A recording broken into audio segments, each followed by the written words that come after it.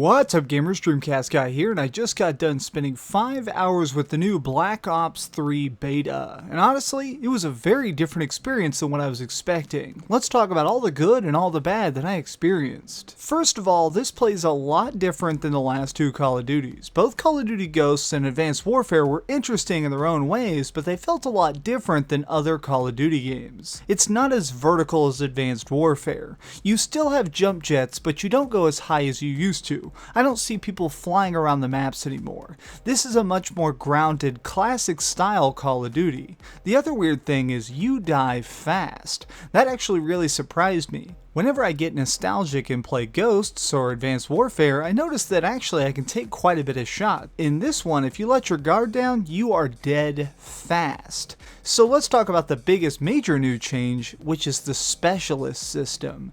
You actually have a class of sorts. Classes are like an extra sort of kill streak on top of your classic kill streaks. Getting a bunch of kills in a row in one life still gives you, UAV or being able to drop bombs, but now your specialist has kill bonuses that carry over from life to life. Like here, mine is where I can be bulletproof for 5 seconds every couple kills. This was an interesting mechanic and I liked it a lot, although some seemed a little bit overpowered. Sometimes I would just get completely blown to pieces at random by that explosive bow.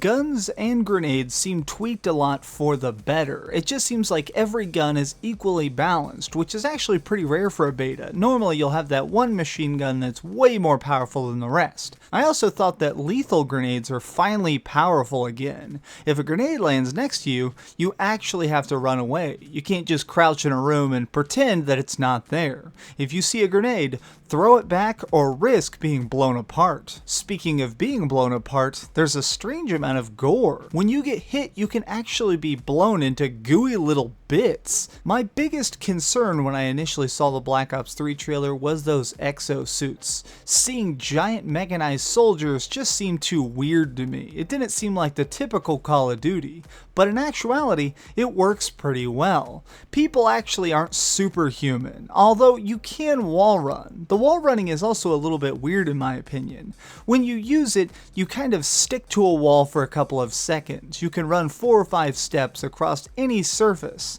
And by any surface, I mean you can literally run around the curvature of a wall. This kind of makes it where if you're really sharp, you can actually pick off people by sticking to a wall really high up.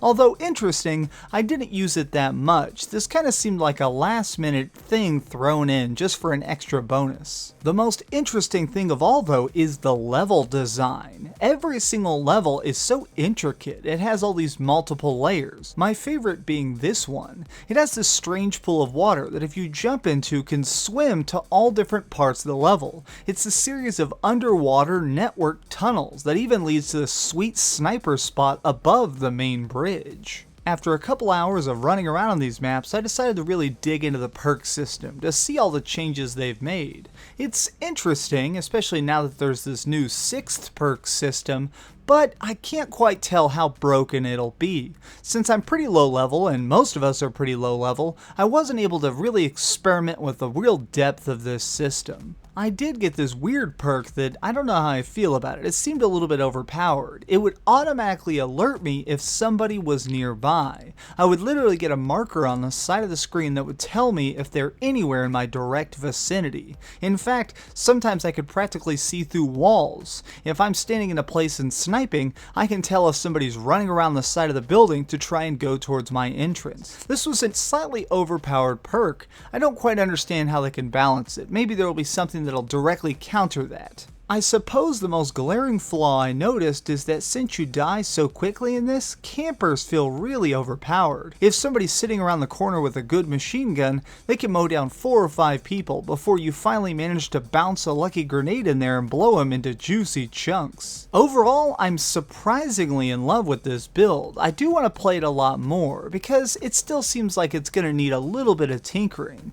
But if this is the final build that's going to be included at launch, I'll be very happy with it. Thanks so much for watching gamers. This has been DreamcastGuy with another review. If you liked it, please give this video a thumbs up, share it with your friends, and subscribe. But do me the biggest favor of all and keep dreaming.